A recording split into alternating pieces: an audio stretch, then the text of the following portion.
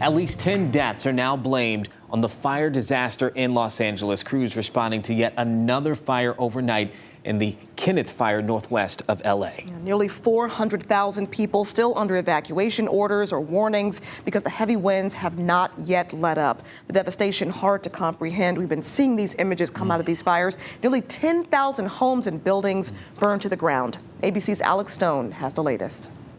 There are almost no words to describe the devastation in Los Angeles County as the wind-driven fires have spread to another area. Across the county, over 10,000 buildings destroyed and the number of dead rising. Everything that we know and love is gone.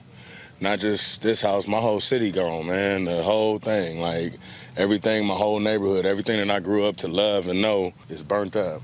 The Kenneth fire erupting in the San Fernando Valley, forcing evacuations in the West Hills neighborhood. We are expecting this fire to rapidly spread due to high winds. All of the major wildfires are in a roughly 25-mile band north of downtown L.A. The Palisades and Eaton fires, the largest, over 9,000 homes, businesses, and other buildings are damaged or destroyed. Early estimates predict $57 billion in damages. The Palisades fire still raging overnight after scorching over 19,000 acres, an area the size of Manhattan.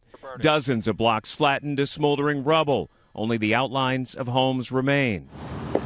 Residents in Altadena who came back to inspect what was once their neighborhood, shocked. As you can see, there's nothing left, and I've been here for about an hour and a half, and I don't want to leave. It's home. So I really can't put it into words. The winds are calming here, and in fact, the red flag fire warnings are expiring later on tonight. But firefighters say that they will be working on these fires for many weeks to come. Alex Stone, ABC News, Altadena, California.